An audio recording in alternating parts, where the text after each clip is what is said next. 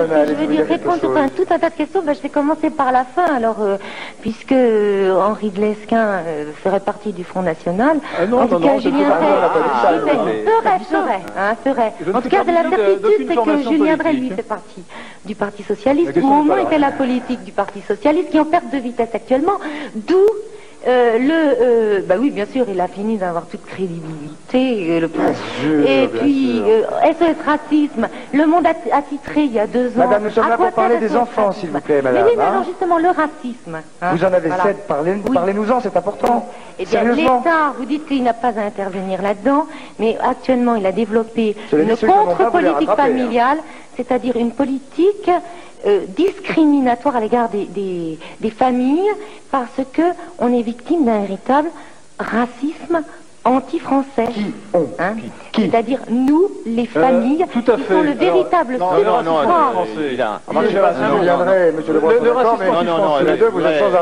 Le racisme anti-français, excusez-moi de vous interrompre, le racisme anti-français, c'est quand même une dimension importante du débat. Car lorsque tout à l'heure, M. Lebras disait les Français avec leur béret basque et leur baguette sous le bras, il reprend les stéréotypes de Dupont-Lajoie, leur baguette sous le bras, ouais. C'est le stéréotype de Dupont-Lajoie qui plaît beaucoup à SOS Racisme, qui a horreur des Français de base, n'est-ce pas? Parce que vous êtes un raciste anti-français, monsieur Lebras, voilà. Et monsieur le... Je vois pas le rapport avec les gens de SOS Racisme, dont vous parlez depuis un quart d'heure, et le nombre d'enfants qu'on doit faire. Mais arrêtez tout, là. Oui, là, je vais vous lire le rapport, monsieur Le Chaban. Vous permettez que je vous dise le rapport. Le rapport est le suivant, c'est que monsieur Lebras et monsieur Drey, son compère, veulent qu'on fasse de la place pour que les immigrés viennent en France. Voilà. Monsieur Lebras dit que nous faisons 2 enfants, 1. Alors, êtes-vous d'accord avec ce chiffre?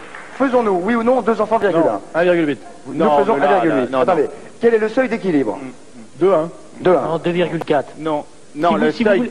Si vous voulez vraiment assurer la reproduction des générations, aujourd'hui, le chiffre, c'est 2,4. Vous voyez, on peut être politicien et faire des erreurs. Non, attendez, monsieur Lebras, oui, tout à fait. Intervenir. C'est-à-dire, quand on parle de fécondité, on est à 2,1. En moyenne, les femmes font 2,1 enfants dans leur famille. Combien doivent-elles faire? Combien doivent-elles? Mais combien doivent-elles en faire? Elles doivent en faire autant qu'elles en veulent. Alors, pour que le seuil de remplacement soit assuré, attendez, je vais vous le dire. Le seuil de remplacement, on commet une confusion là-dessus. Le seuil de remplacement n'est pas la fécondité. Dans le seuil de remplacement, il faut compter, et ça déplaît beaucoup à monsieur de Lesquen, il faut compter les immigrés, mais surtout les enfants de ces immigrés. Vous me permettrez de vous citer parce qu'elle est vraiment cocasse.